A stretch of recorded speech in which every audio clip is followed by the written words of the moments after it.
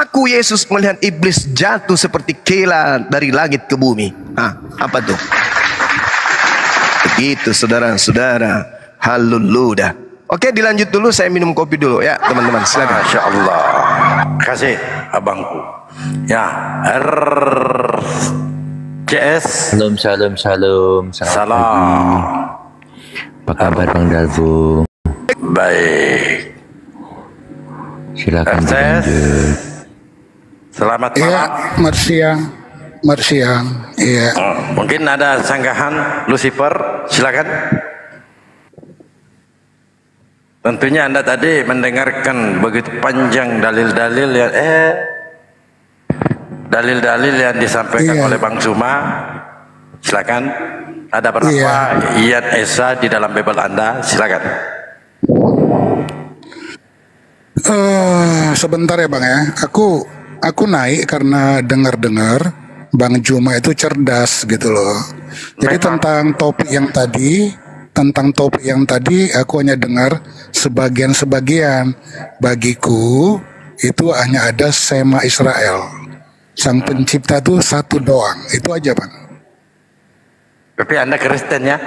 Kristen aja ya? Iya dong, Kristen. Cuma aku mau nanya Bang Juma, kalau Bang Jumanya tidak capek kan gitu. Tapi Anda Kristen kan? Aku Kristen, aku pengikut Tuhan Yesus. Ya. Pengikut Yesus. Tuhan Yesus atau pengikut? Pengikut Tuhan Yesus, Abang. Kalau pengikut Tuhan Yesus pasti masuk Islam, Bang. Mana mukmin? Gimana sih Abang ini? Silakan Pak. Nih Bang Andreas ini dalam bulan ini dia akalnya sehat, menjadi pengikut sesungguh-sungguhnya pengikut Yesus, sehingga dia memuliakan Yesus. Nah, Anda ini kan belum berfungsi, makanya nantinya di sini Abang ya pasang telinga. Supaya apa? Karena di sini kita lagi membuka bengkel akal. Silakan. Ya, Bang Andreas itu dulu. Pertanyaannya Bang Suma tadi, ada berapa yang Esa di dalam Bible? Aku udah jawab Bang, cuma satu. Hah? Cuma satu. Ini Cuma LAI salah nulis atau saya yang salah baca Pak? LAI terjemahannya itu tidak presisi, titik. Oh, tidak benar ya? Tidak presisi. Jadi yang presisi yang mana? Ya harus lihat original teks. Ya silakan dibuka original teksnya. Kalau yang enak host baru presisi itu maksudnya. Oh iya boleh juga nih. Ini Alfian Bang Benny belum udah bikin aku emosi nih. Nanti tak buat emosi lagi. Gampang itu. Nanti Pak Denny ngambek lagi sama saya. Benny diem Ben, kalian tidak paham. Jadi aku naik sebenarnya mau nanya Bang Juma, Matius 13 ayat 11 dan 13, katanya dia ahli Biblo. Ada apa di situ Pak? Silakan dibacakan. Matius pasal 13 ayat 11 dan ayat 13. Itu tentang perumpamaan. Oh, perumpamaan juga. Iya, aku mau nanya Bang Juma sih. Yang silakan, katanya ahli Biblo. Cuma mungkin lagi ngopi dia. Iya, makanya aku bilang tadi kalau dia tidak capek. Kalau masih capek enggak apa-apa. Enggak ada capek. Ya, kalau masih capek silakan lanjut dengan yang lain. Kagak, beliau itu Bang Suma. Itu burungnya bunyi. Ya, gimana Bang? Silakan. Oh ya, selamat siang Bang Juma. Bang Juma tadi menyatakan abang siang, ahli Bible. Ya, silakan. Matius pasal 13. Matius ayat 11. Ayat baik. 13. Pemahaman Abang yang terdalam apa tentang itu? Oke, baik. Jadi ketika di Matius 13 ini ada keadaan di mana orang-orang datang berbondong-bondong kemudian mengerumuni Yesus ketika kemudian beliau ini naik perahu ya menuju ke sebuah pantai.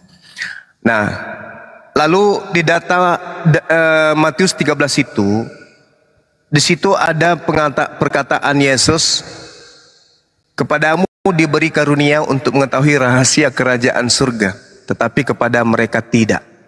Kepadamu, mu di sini adalah Bani Israel. Sayangnya orang-orang yang diberi rahasia tentang kerajaan surga tidak menjadi Kristen. Mereka mati dalam keadaan Yudaism. Itu yang sangat disayangkan, Pak. Kata Yesus sebelumnya, siapa yang bertelinga hendaklah ia mendengarkan. Maka datanglah murid-muridnya dan bertanya kepadanya, mengapa engkau berkata-kata kepada mereka dalam perumpamaan? Jawab Yesus, kepadamu diberi karunia untuk mengetahui rahasia kerajaan langit, tetapi kepada mereka tidak. Karena siapa yang mempunyai, kepadanya akan diberi sehingga ia berkelimpahan. Tapi siapa yang tidak mempunyai, apapun juga yang ada padanya akan diambil daripadanya. Itulah sebabnya aku berkata-kata dalam perumpamaan kepada mereka. Karena sekalipun mereka melihat, mereka tidak melihat. Sekalipun mereka mendengar, mereka tidak mendengar dan tidak mengerti. Summum bukmun umyum fahum la yarji'un. Al-Quran juga menarasikan hal yang sama. Kenapa? Orang-orang Yahudi, Pak, ketika Nabi Musa datang kepada mereka, Nabi Musa tidak bercerita hanya masalah dunia. Nabi Musa tidak hanya bercerita tentang tanah Kanaan. Nabi Musa tidak hanya bercerita tentang tanah perjanjian, tidak. Tetapi Nabi Musa bercerita tentang hidup yang kekal, hidup setelah kematian. Makanya uraian kemudian dari ajaran Nabi Musa itu menceritakan sebab akibat. Terkutuklah, selamatlah, mendapat hiduplah, matilah. Itulah yang Yesus katakan. Makanya terangkum di data nomor 23 berikutnya. Apa yang dikatakan oleh Yesus? Orang-orang Yahudi ahli Taurat telah menduduki kursi Musa. Mereka tahu, mereka ngerti, mereka tahu Musa datang untuk memberi jalan keselamatan. Musa sebagai juru selamat bagi mereka. Mereka tahu. Bahkan sampai menduduki kursi Musa, kursi yang suci, yaitu sebagai imam, sebagai rabi, sebagai pengajar, ahli Taurat, ahli kitab, dan seterusnya. Tapi apa kata Yesus? Jangan sekali-kali kamu mengikuti mereka. Jangan kau mengikuti mereka. Dengarkan apa yang mereka ucapkan, tapi jangan kau ikuti kelakuan mereka. Kok bisa kayak gitu, guru? Ya, sebab mereka memerintahkan orang untuk melakukannya, tapi mereka tidak mempraktekkan. Mereka mengatakan, tapi mereka tidak mempraktekkan. Itu tidak ada bedanya Kristen hari ini. Tidak ada bedanya. Jadi kesimpulannya sebelum saudara tanggapi gini. Orang-orang Yahudi memiliki aturan main, tetapi mereka tidak melakukan, kata Yesus. Oke? Tapi orang-orang Kristen, mereka tidak punya aturan, tetapi mereka melakukan. Saya ulang lagi. Orang-orang Yahudi pada masa itu memiliki aturan dari Nabi Musa, tapi mereka tidak mempraktekkan. Hari ini orang Kristen mempraktekkan, tapi itu tidak ada aturannya. Contoh, ke gereja, menyembah Yesus, makan babi, Natalan, pesta akhir tahun, apalagi memperingati kenaikan Yesus, kematian Yesus. Itu tak ada aturan mainnya, tapi mereka praktekkan. Inilah yang dikatakan mereka tidak mengerti. Mereka punya telinga tak mendengar, mereka punya mata tak melihat, mereka punya hati tapi tidak meresapi. Summum bukmun umyum fahum la yarji'un. Orang-orang Kristen ini tidaklah bersunat hati. Jadi kalau saudara bertanya tentang apa yang terkandung di dalam Matius 13 nomor 11, kepadamu diberi karunia untuk mengetahui rahasia kerajaan langit, tetapi kepada mereka tidak. Nah, mari saya buktikan kalau Anda pun tidak. Yesus mengatakan di dalam Yohanes 13 nomor 7, hidup kekal itu adalah mereka mengenal satu-satunya Tuhan yang benar, yaitu yang mengutus Abraham, Ishak, Yakub dan seterusnya. Dan Yesus adalah utusan Tuhan. Tapi hari ini Anda lihat orang Kristen apakah menjalankan ini? Tidak. Kenapa? Mata mereka punya tapi tak melihat. Kuping mereka punya tapi tak mendengarkan. Sudah dikatakan mengenal Yesus sebagai utusan tok, tapi dilantik kemudian menjadi Hilal bin Zakar atau bintang timur. Saya kira begitu. Terima kasih. Ya, panjang lebar Bang Juma ini. Ayat 13. Sekalipun kamu melihat, kamu tidak mengetahui. Melihat itu termasuk membaca. Sekalipun kamu mendengar, kamu tidak mengerti. Itu ayat 13. Matius pasal 13 ayat 13. Bang Juma sudah menjelaskan, tapi tidak spesifik. Bang Juma sudah membaca Bible, betul? Tapi Bang Juma tidak mengetahui apa arti dari perjanjian baru. Bang Juma sudah dengar komal-komal, mendengar, tapi abang tidak ngerti. Ayat itu untuk Bang Juma. Poinnya tahu di mana? Anda ngarang bebas. Ayat ini, dalil ini untuk murid-murid Yesus pada zamannya. Anda yang ngarang. Bang, ini dalil untuk orang-orang yang menjadi murid Yesus pada saat itu. Jangan Anda siarkan kemana-mana. Ini Yesus berkata tentang orang-orang yang berbondong-bondong yang datang mengerumuni dia pada saat dia mendekati perahu. Jangan Anda larikan ke saya. Itulah sesatnya, karena ucapan-ucapan Yesus, cerita-cerita yang dikisahkan oleh penulis kitab saudara, Anda nisbahkan kepada keadaan hari ini, padahal ini adalah kisah. Ini kisah. Itulah sebabnya aku, Yesus, berkata dalam perumpamaan kepada mereka. Mereka itu adalah orang yang berbondong-bondong tadi. Anda larikan ke Bang Soma. Karena sekalipun melihat, mereka tidak melihat. Sekalipun mendengar, mereka tidak mendengar dan tidak mengerti. Kok jadinya ke saya? Ini untuk orang yang berbondong-bondong tadi. Jangan Anda sapu rata apa yang tertulis. Wah, Anda nisbahkan kepada siapapun. Enggak kayak gitu belajar Bible. Enggak gitu cara belajar Bible. Oh, berarti dalam ruang lingkup bangsa Yahudi pada waktu itu ya, akhirnya. Betul, akhi. Kenapa dibawa ke saya? Anda salah belajar Bible. Silakan. Kalau algoritma Bang Juma seperti itu memang kisah saat Yesus 2000 tahun lalu ada di sekitaran Yerusalem. Itu benar kisah. Memang betul. Sudah berlalu. Ya. Kalau aku balikkan ke kitab Abang, ya, itu juga atas peristiwa yang terjadi saat itu. Jadi kalau memang Abang betul. Kalau algoritma Abang seperti itu tentang Matius pasal 13, simpelnya begini, itu berarti kami tutup aja. Itu nggak berlaku untuk sekarang, betul? Bukan kayak begitu. Sebuah kitab akan menceritakan hukum-hukum tatanan hidup.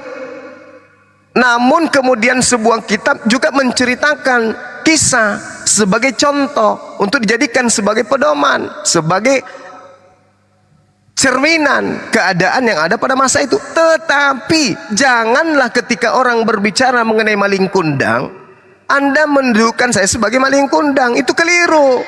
Ini kita dudukkan perkara itu. Siapa yang dimaksud oleh Yesus? Yang dimaksud Yesus adalah orang-orang yang berbondong-bondong itu punya mata tak melihat, punya hidung tak mencium, punya kuping tak mendengar. Itu yang dimaksud oleh Yesus. Jangan Anda samakan.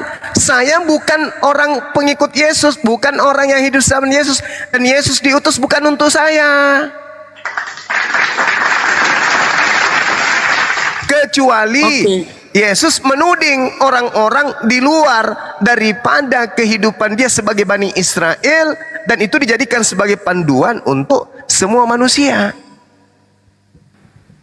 Oke, Bang Juma lupa Matius pasal 28 ayat 19 sampai 21. Kenapa sampai 21? Emang ada? Emang ada 21-nya, Bang? Enggak ada. Ya, kalau enggak sampai 20. Enggak ada 21. Sorry kalau aku parah ini. terus. Yang Kristen yang mana ini? Iya. Ini loh.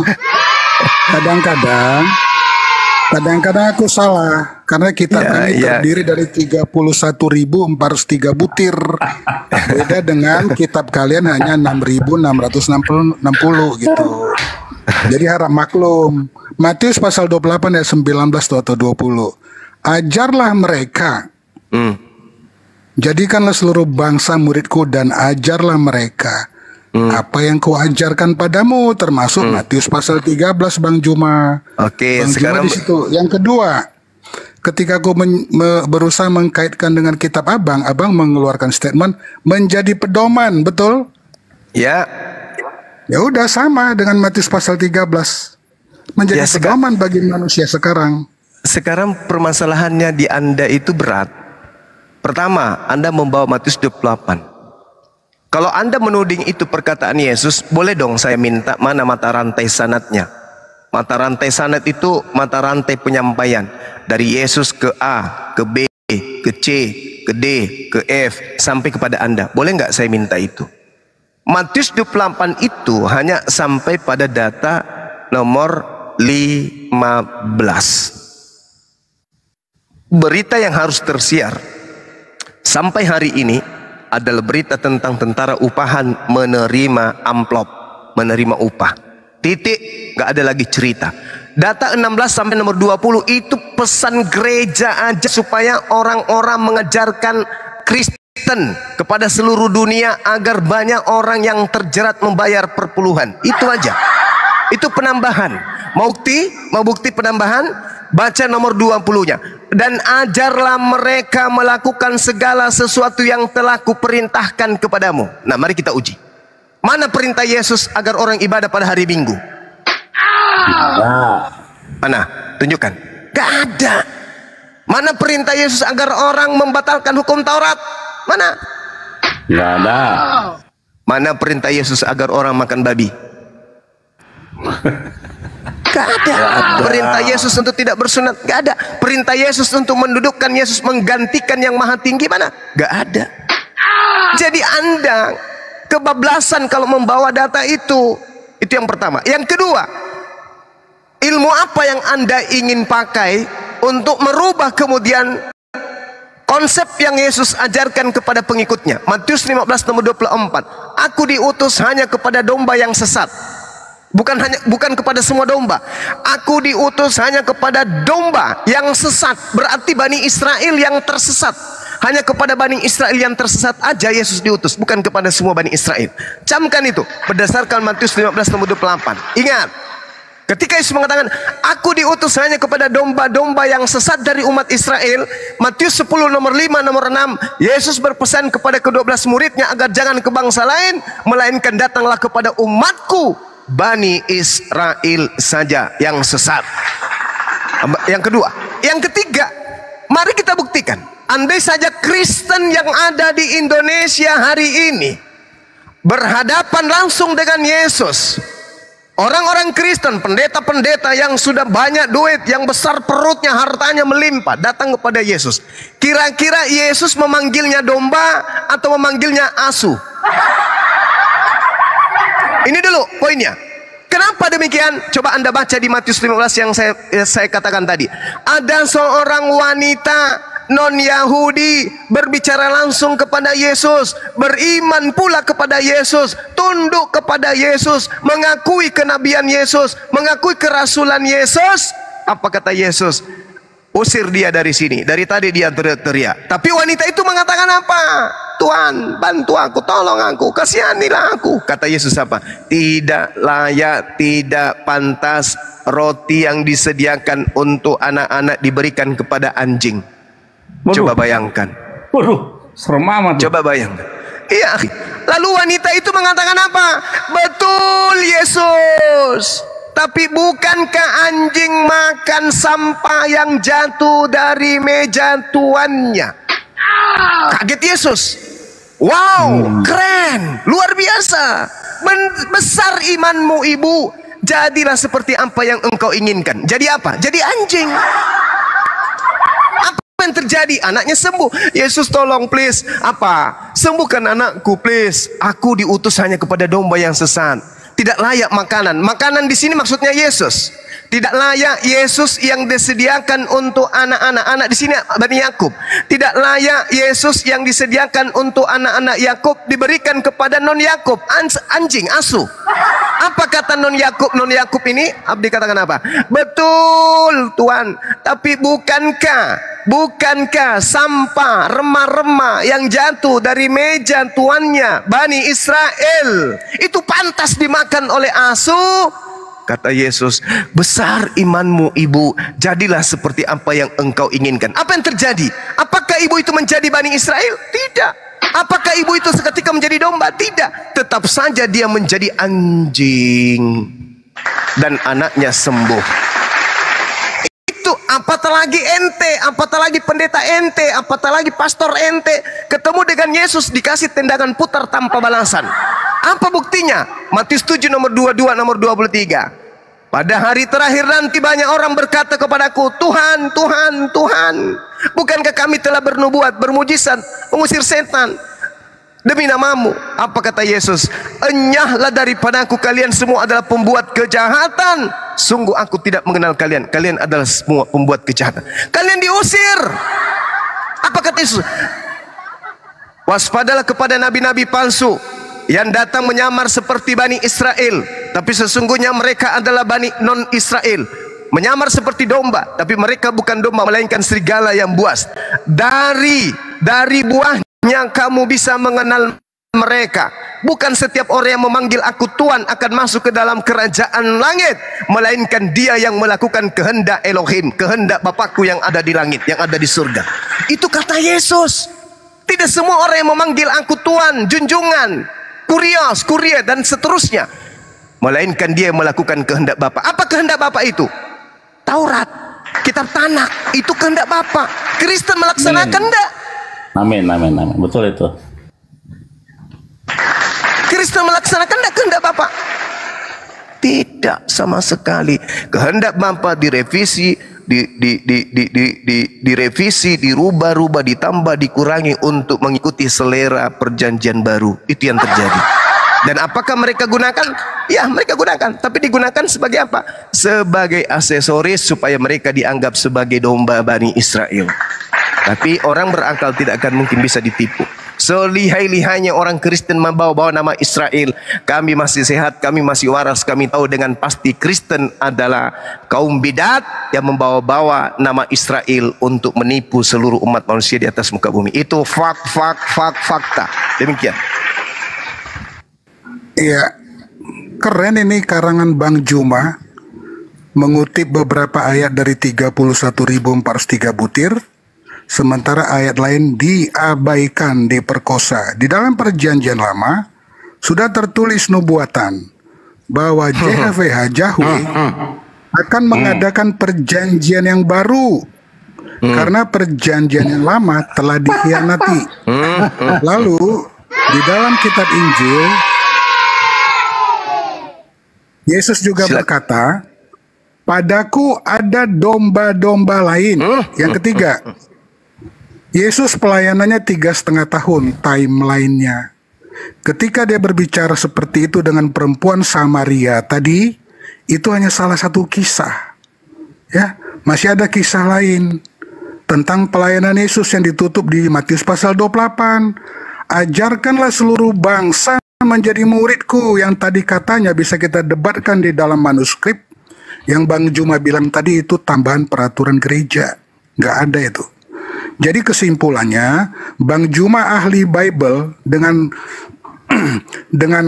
algoritma C3, comot, cocokin sesuai dengan karangan yang abang mau buat. Tapi abang mengabaikan yang kusebut tadi dari perjanjian lama, ucapan Yesus ada domba lain padaku, dan Matius 28. Gimana abang ahli Bible bisa ngomong gitu? Abang abaikan, abang pilih yang cocok, abang karang, begitu? Oke. Saya jawab ya, ada 3 poin. Mudah-mudahan saya ingat. Diingatkan saya nanti Bang Handi. Yang pertama terkait domba. Yohanes 10 nomor 16. Masih ada lagi domba lain di luar kandang. Kandang dalam bahasa Yunani disebutkan apa situ? Aule. Aule itu maksudnya pelataran Yerusalem. Sekarang ketika Yesus datang ke Yerusalem pada saat itu, apakah Bani Yakub berkumpul di sana atau sudah tersebar ke seluruh penjuru bumi? Itu dulu. Sedangkan kitabnya orang Yahudi hari ini masih tercermin dalam terjemahan yang Anda punya. Yehezkiel 5. Oke, bagaimana Tuhan membuat kemudian Bani Israel tersebar, terlempar kemana-mana. Sepertiga darimu akan kulemparkan kepada seluruh penjuru bumi. Pahami itu. Kemudian di dalam Ulangan 33, bukan Ulangan 33. Yeremia 50 nomor 17. Yang disebut domba adalah Bani Yakub. Apakah keturunan Nabi Yakub itu berkumpul hanya di Yerusalem saja? Tidak. Ketika Yesus datang ke tengah-tengah Bani Israel, apakah keturunan Nabi Yakub hanya ada di Israel saja? Tidak. Tersebar kemana-mana, bahkan sampai ada ke Papua. Maka domba yang dimaksud di sini adalah Bani Yakub di luar Aule, di luar Yerusalem. Masih ada lagi keturunan Nabi Yakub di luar Yerusalem. Itulah domba-dombaku yang harus kugembalakan. Makanya Yesus memerintahkan muridnya, pergilah ke seluruh bumi, ajarkan mereka. Mereka siapa? Mereka Bani Yakub. Bukan ente, saudaraku, bukan ente. Itu yang pertama. Lalu kemudian perjanjian baru.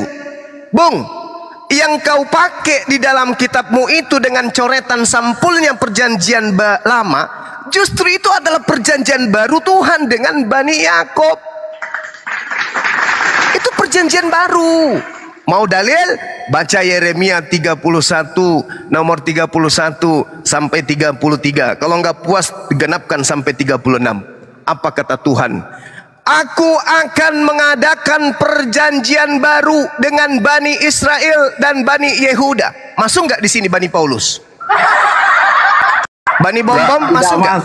Enggak Masuk. Nggak masuk. Bani Company masuk nggak? Nggak masuk. Aku akan mengadakan perjanjian baru dengan Bani Israel, Bani Yehuda. Tidak sama dengan perjanjian yang telah aku berikan kepada nenek moyang mereka yang mereka ingkari. Apa itu? Pada saat Tuhan menyelamatkan mereka dari perbudakan Mesir. Itu perjanjian lama. Perjanjian barunya kemudian adalah aku akan memasukkan kepada setiap Bani Israel ke dalam batin mereka, yaitu hukum Taurat. Itulah perjanjian baru. Jadi belajar, perjanjian baru itu adalah hukum Taurat yang ditanamkan, ditancapkan oleh Tuhan ke dalam batin setiap Bani Israel. Pahami itu.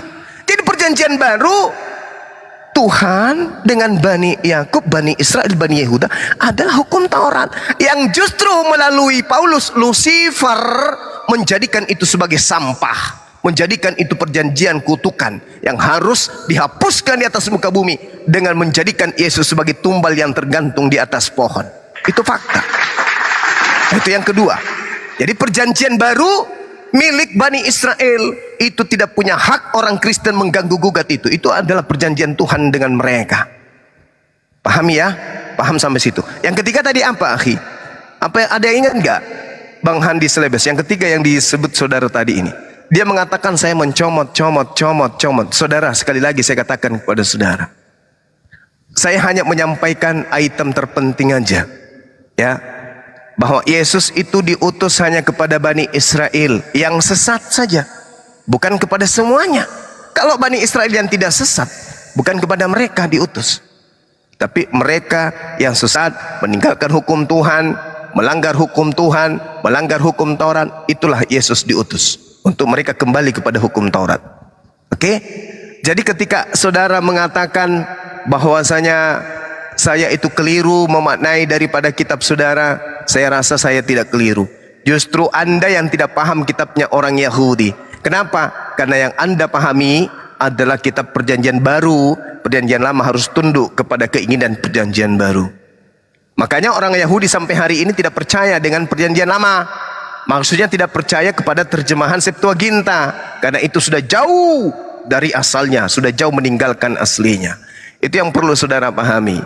Jadi sekali lagi saya katakan bahwasanya ketika orang Kristen mengatakan dirinya ini adalah pengikut para nabi, itu tak ada bukti sama sekali. Ingat, Yesus akan mengusir kalian karena kalian tidak melakukan kehendak Bapa yang telah mengutus para nabi. Demikian. Ya, nggak apa-apa. Aku hanya respon satu ayat bahwa Bang Juma itu algoritmanya C3.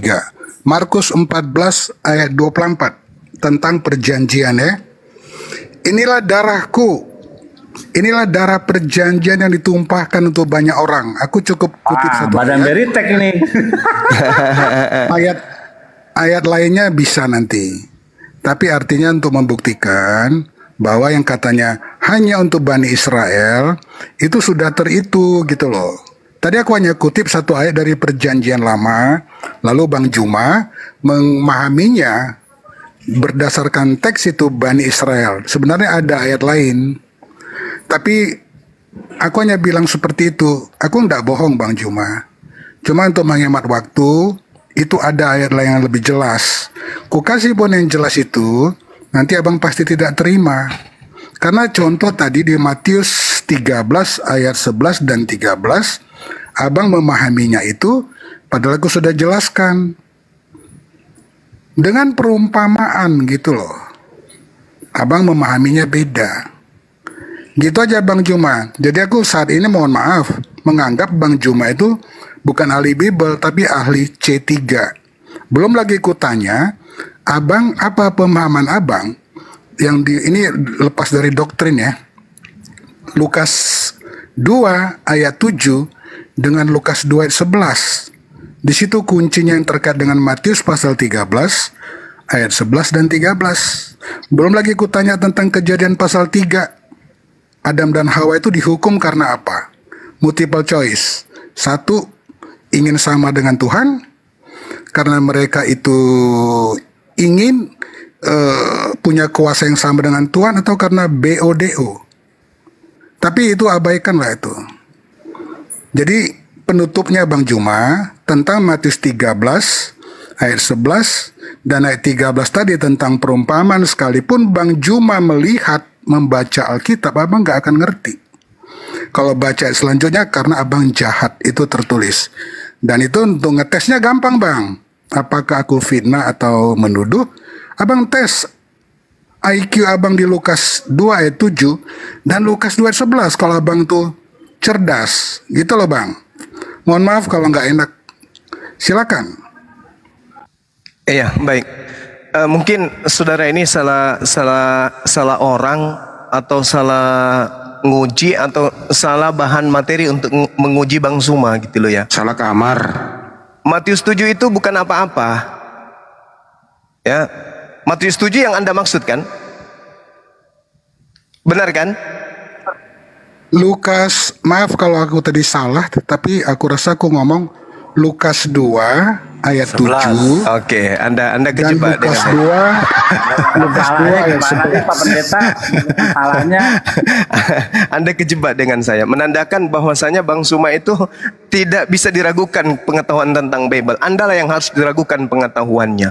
Kalau Anda berbicara tentang itu di dalam Lukas 2 nomor 7, dia melahirkan seorang anak laki-laki. Apa yang Anda ingin jual di sini?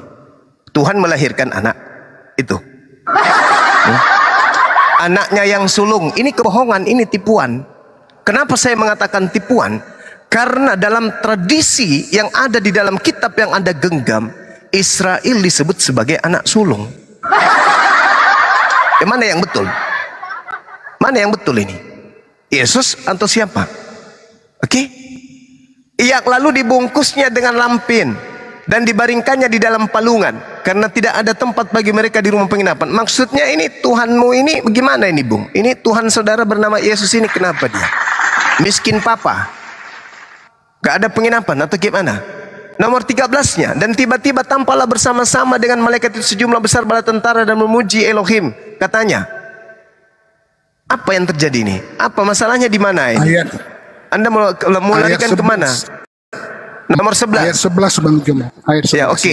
Nah, ini akan menjerat leher Anda ini, data ini. Telah lahir hari ini telah lahir bagimu juru selamat, yaitu Kristus, Tuhan di kota Daud. Yang lahir ini Tuhan menurut saudara? Yang datang di atas muka bumi ini Tuhan? Ayo, lanjut aja Bang Juma. Enggak, saya tanya dulu. Saya tanya dulu. Saya tanya dulu. Hari ini telah lahir bagimu juru selamat, yaitu Tuhan. Enggak. Saya enggak lari ke original teks. Saya hanya bertanya, apakah yang lahir ini Tuhan? Ya, tertulis seperti itu. Oke, Tuhan yang lahir ya. Berarti orang Kristen harus memahami bahwa Yesus datang sebagai apa?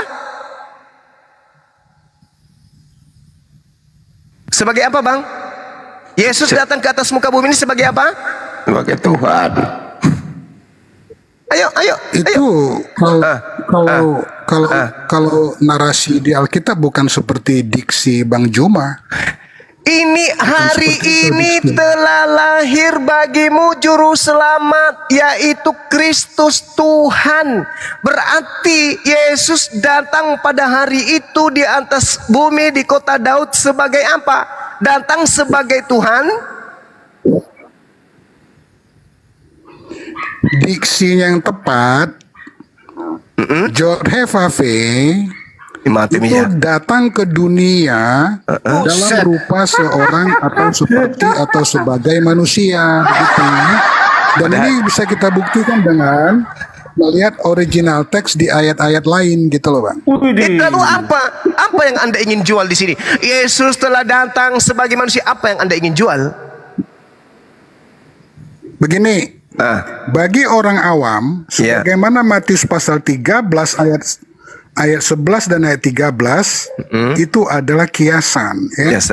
Kiasan. Jadi di situ secara berbahasa Indonesia kita pegang dulu LAI saja. Itu kontradiksi. Oke. Sekarang itu bagi orang-orang awam yang diberitakan dengan kiasan, gitu. Tapi sebenarnya bukan begitu. Kalau kita tahu membaca buku Reading Comprehension Skill, kita baca Lukas pasal 1 ayat 1 sampai 3 sebagai kata pengantar dari si penulis kitab Lukas. Kita tahu maknanya itu. Lukas 2 ayat 7 itu apa maksudnya? Lukas 2 pasal 11 apa maksudnya? Itu yang kutanya sama Bang Juma. Sekarang kesimpulannya saya minta. Lukas 2 nomor 11 ini, yang lahir ini dia datang sebagai Tuhan atau datang sebagai manusia? Lukas 2 ayat 11 datang sebagai itu adalah reporting dari si penulis tentang apa sih persepsi orang-orang tertentu yang mendapat informasi langsung dari sorga, dari malaikat Gabriel. Berarti yang lahir ini apa? Yang dilahirkan ini Tuhan atau yang dilahirkan ini manusia? Tuhan yang dilahirkan. Berarti dia datang sebagai Tuhan. Ya, memang dia Tuhan. Berarti bagaimana Anda ingin menarasikan kalau dia memang Tuhan, lahir sebagai Tuhan, datang sebagai Tuhan dalam 2 Yohanes 1 nomor 7. Penyesat itu adalah mereka yang tidak percaya bahwa Yesus datang sebagai manusia. Mana yang benar? Datang sebagai Tuhan atau datang sebagai manusia? Ayo. Ya, makanya ketika kita buka original teks, itu terjemahan yang pasnya itu adalah seperti. Datang sebagai manusia. Seperti manusia atau manusia? Seperti manusia. Gini loh, hati-hati kita memilih kata demi kata. Iya. Dia seperti manusia atau dia manusia? Dia itu tampilannya seperti manusia. Begitu bahasa bebasnya. Tapi sebenarnya dia Tuhan adalah Tuhan. Itu pengakuan Anda atau pengakuan Yesus? Itu adalah isi 4 kitab Injil, bisa kita buktikan. Kalau saya tidak mau, itu kan karangan orang yang tidak jelas. Yang saya tanya, itu menurut saudara atau menurut Yesus? Doktrin itu doktrin. Loh, Yesus berkata dalam Yohanes berapa? Dalam Yohanes 8 ayat 24, akulah dia. Dia siapa? Bagi orang yang tahu Alkitab, 31 ribuan butir ayat, itu tahu bahwa diksi itu hanya diucapkan oleh Yahweh, itu tidak pernah oleh orang lain. Oke. Lalu bagaimana dengan Paulus yang selalu mengatakan ego emi? Yohanes ego emi juga mengatakan ego emi, dan banyak pengakuan-pengakuan ego emi dalam kitab saudara dalam original teks. Apakah mereka juga itu adalah Tuhan? Itu lihat konteks. Kisahnya yang ngomong itu siapa. Gitu. Baik, kembali kepada pernyataan saudara. Ketika saudara membawa Yohanes 8:24, coba Anda maju sedikit ke 42. Apa kata Yesus? Aku datang menjadi manusia bukan atas kehendakku sendiri. Ayo. Anda mengatakan dia adalah Tuhan itu sendiri kan? Berarti sejatinya kalau dia Tuhan itu sendiri, Yesus wajib hukumnya mengatakan, aku datang menjadi manusia atas kehendakku, karena yang maha berkehendak adalah aku. Tapi faktanya dia mengaku, aku datang menjadi manusia bukan atas kehendakku sendiri. Ayo, kayak mana ini? Ayo, mana? Apa ini? Apa? Gimana nih? Tuhan datang menjadi Yohanes manusia. 8, ayat berapa 42. tadi yang Bang Juma baca? 42. Sebentar. Ya, silakan.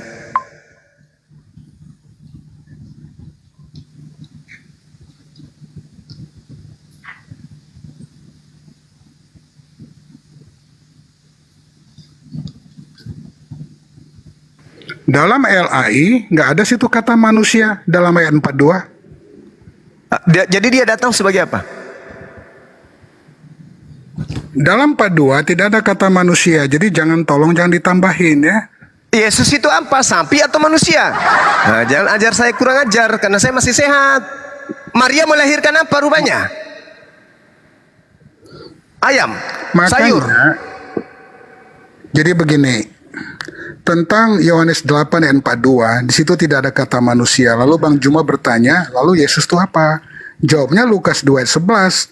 Lalu bagaimana dengan Lukas 2 ayat 7? Kalau Anda mengatakan Yesus itu adalah Tuhan itu sendiri, ini jawabannya. Jikalau Elohim Theos adalah Bapakmu, kamu akan mengasihi aku sebab aku keluar dan datang dari Dia, dan aku datang bukan atas kehendakku sendiri. Ini Tuhan. Betul. Ini yang Anda maksud Tuhan. Kalau Tuhan, kenapa dia datang bukan atas kehendaknya? Bunyinya tadi seperti yang Abang Juma bacakan benar. Ini saudaraku nih, aku datang bukan atas kehendakku sendiri. Katanya dia Tuhan itu sendiri. Gimana ini? Oke. Biar aku jelaskan ya. Ya, silakan. Sebentar aja. Lukas 2 ayat 7. Lukas 2 ayat 7, lalu Maria melahirkan seorang bayi anak laki-laki, dan seterusnya, pakai lampin seterusnya. Itu adalah recording pelaporan oleh si penulis kitab tentang persepsi masyarakat umum yang melihat peristiwa itu, tapi mereka tidak dapat informasi A1 dari sorga.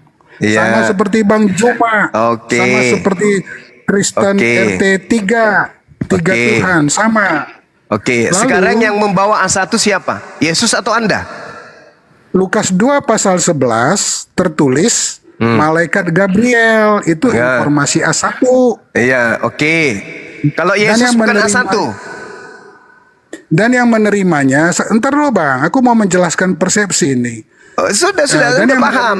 Udah paham. Malaikat. Belum paham. Yang mana A1 di sini? Yesus atau malaikat? Kalau boleh bentar dulu sedikit lagi, satu poin belum kejelaskan sama Iya, silakan. Lukas 2 ayat 7, persepsi masyarakat adalah Yesus itu manusia seperti dia, punya bapak, punya ibu. Pertanyaannya, jika Yesus berbicara dengan standing posisi menggunakan persepsi masyarakat umum, itu salah atau tidak Yesus? Contoh dia bicara itu adalah, aku keluar dari Bapa, Bapa mengutus aku. Tetap ada dua pihak atau lebih dari satu pihak. Salah tidak Yesus berbicara seperti itu dari logika kita? Tidak salah. Lukas 2 ayat 11, bahwa dia adalah Tuhan itu sendiri. Ketika Yesus berbicara dengan standing posisi bahwa dia adalah Tuhan itu sendiri, salah atau tidak Yesus berbicara? Kita bicara data, Bang. Kita bukan salah lagi, bukan salah lagi. Bumi ini akan lebur, hancur, berkeping-keping. Ya, di atasnya salah. Di atasnya salah. Jadi kita tidak bicara iman ya Bang Juma ya. Ini bicara by data. Sekarang Lukas kalau 2 Yesus 11. yang berkata, Ya sedikit. Lukas 2:11, jika Yesus berbicara sebagai Tuhan itu sendiri, dia tidak salah. Itu by logika, by RCS. Silakan Bang Juma. oke. Sekarang kenapa Anda nggak sebut Yesus? Kalau Yesus yang berbicara itu A1 atau apa? Yesus memiliki 2 standing posisi. Di dalam 4 kitab Injil, Giliran Yesus, Anda mau melarikan ke ajaran pagan. Sekarang yang saya tanya, Yesus ini kalau dia berbicara itu A1 atau apa? tadi kan sudah dijelaskan. Ya, Anda mendudukan malaikat A1. Kalau Yesus yang berbicara, nggak didengar. Nggak penting. Jadi dengar dong, dia Tuhan. Ya, kalau Anda gitu. mendengarkan ucapan Yesus, Yesus ini datang atas kehendak siapa? Ya kehendak dirinya sendiri, karena dia adalah Tuhan itu sendiri. Berarti dia pembohong dalam Yohanes 8:42 itu, berarti dia pendusta. Sekarang aku tanya sama Bang Juma. Jangan tanya saya sedang bertanya kepada saudara. Ini Yesus mengatakan aku datang bukan atas kehendakku sendiri. Yesus bohong atau tidak? Tidak. Berarti Yesus ini yang maha berkehendak atau yang bukan? Kenapa dia tidak berbohong?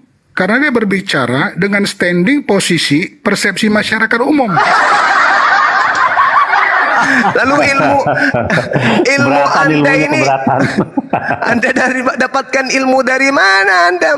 Yesus mengatakan Yohanes 12:49, aku tidak berkata-kata dari diriku sendiri.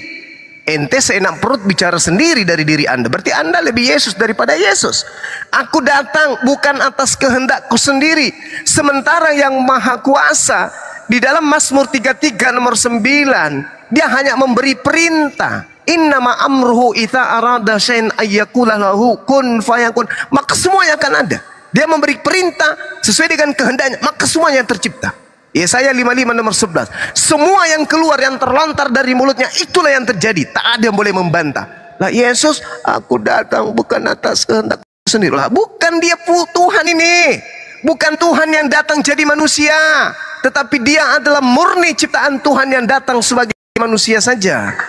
Jangan Anda tambah-tambahkan. Ini pengakuan Yesus. Jangan Anda tambah-tambahkan. Memang Yesus mengatakan kepada muridnya, waspadalah kepada penyesat yang datang kepadamu nyamar seperti domba, membawa-bawa namaku dan mengatakan akulah dia. Andalah yang kena. Waspadalah kepada Yesus. Seharusnya Bang Juma itu memegang prinsip konsistensi Bang Juma ketika bicara. Tadi aku bertanya secara perlahan. Lukas 2:7, persepsinya adalah persepsi masyarakat. Salah nggak Yesus ketika dia berbicara dengan standing posisi pendapat persepsi masyarakat? Bang Juma bilang tidak salah, betul? Saudara, Anda mencoba untuk menipu banyak orang. Di Lukas 2 itu tidak ada perkataan Yesus di sana. Itu karangan Lukas sendiri mengatasnamakan malaikat. Sejak kapan Lukas pernah bertemu malaikat? Kapan itu?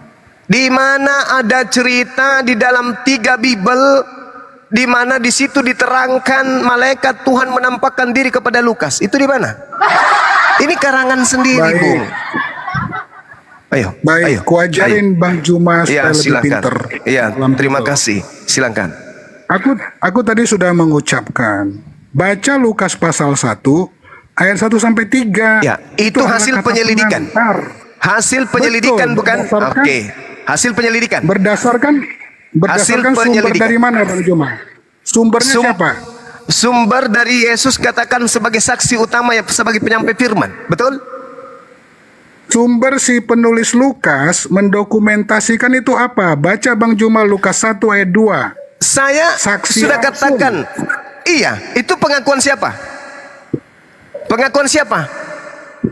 Pengakuan siapa? Itu kata pengantar penulis dari kitab Lukas. Iya, berarti Lukas sendiri yang mengatakan itu kan. Sekarang mana buktikan kalau ada kesaksian di luar daripada karangan Lukas ini mempersaksikan bahwa ada murid Yesus yang pernah bertemu dengan Lukas. Silakan, saya tunggu sampai 2000 tahun ke depan. Ada? Ada murid Yesus pernah bertemu dengan Lukas? Tunjuk dalilnya tertulis di mana? Silakan. Ini pengakuan internal pengarang Lukas untuk seorang kaisar bernama Theophilus. Dan ini Lukas tidak pernah sadar kalau kelak bukunya akan dijadikan sebagai buku suci oleh orang-orang Roma. Ayo, kuatkan argumentasi Anda dengan data-data. Di mana Lukas pernah bertemu dengan murid Yesus? Di mana itu? Aku ngerti pertanyaan Bang Juma. Ya, kalau begitu jawab lah. Ya.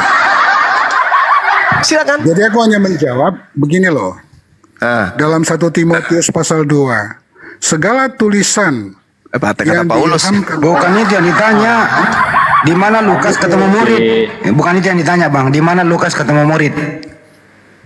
Murid Yesus. Segala tulisan. Dari Lukas pasal 1 ayat 1 sampai 3 kita tahu bahwa Lukas tidak berjumpa Yesus, kita tahu itu, Bang. Tapi dia menggunakan saksi langsung, itu sumbernya. Lalu ayat 3 dia dengan hati-hati menuliskan. Iya. Saksi langsung. Dari mana Anda bisa tahu? Iya. Dari mana Anda bisa tahu? Baca Lukas 1 ayat 2. Iya, saya ngerti kalau itu. 2. Iya, seperti yang disampaikan kepada kita oleh mereka yang dari semula adalah saksi mata dan pelayan firman. Ini di mana? Kebenarannya ini di mana? Ini kan pengakuan Lukas. Iya. Aku ngerti. Cuma sampai situ yang bisa aku respon Bang Juma. Itu namanya RCS ya. Udah, selesai kita. Silakan Bang Handi. Jadi algoritma yang sama pun bisa ku kasih ke Abang, membalikkannya ke kitab Abang dengan algoritma yang sama. Silakan. Aku tidak mau. Aku tidak silakan mau. Aja. Gitu loh, Bang. Gak apa-apa. Gak masalah. Abang masuk ke komal kami, baru kita buka topik itu. Gitu loh. Jangan Anda katakan Al-Quran itu dihasilkan dari hasil penyelidikan seperti ini. Jangan. Gak sama. Gak seimbang. Gak seimbang. Gak apa-apa Bang Jum. Cuma aku merespon seperti itu. Silakan masuk ke komal kita buka topik ini gitu loh Bang. Oke Bang Handi silakan, atau ada